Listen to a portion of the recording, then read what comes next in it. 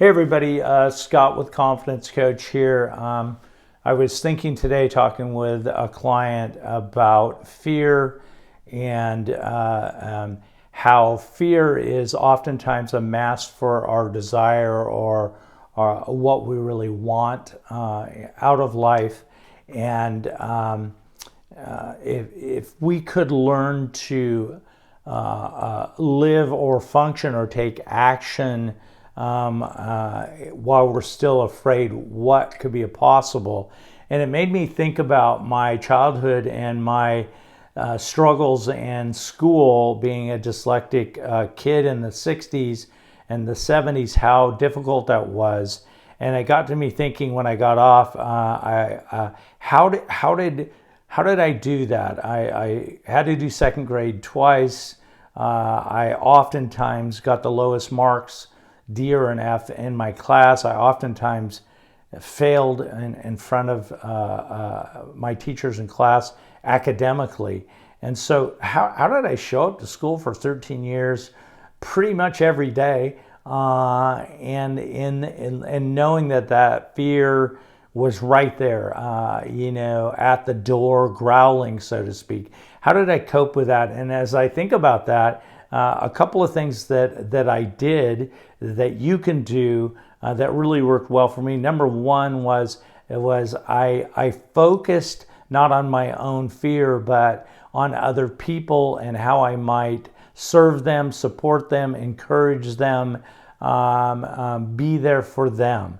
So I didn't sit in my own fear and just sit and look at it all day or dwell on it or focus on it. I actually turned my attention to other people and on them from that standpoint. A lot of people say that I'm the great encourager. I have a belief in people. Well, that started in second grade. Because if I was to just dwell on the struggle, the fear of failing another test or not doing well on my homework or whatever, if I took score of the day of that and it was all just based on my own academic performance, I wouldn't have made it. But I pivoted to other people. I celebrated them. I encouraged them. I believed in them.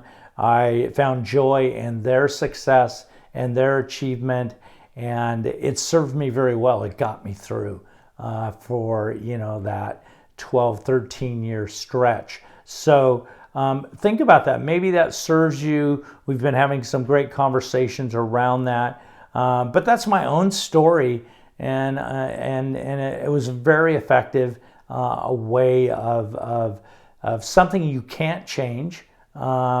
And then by changing your focus to something else or just somebody else or whatever, and that is something I could affect, and that is something I could get a good result for, was helping somebody else or coming alongside or encouraging or even celebrating, hey, really well done on that paper or whatever it may be.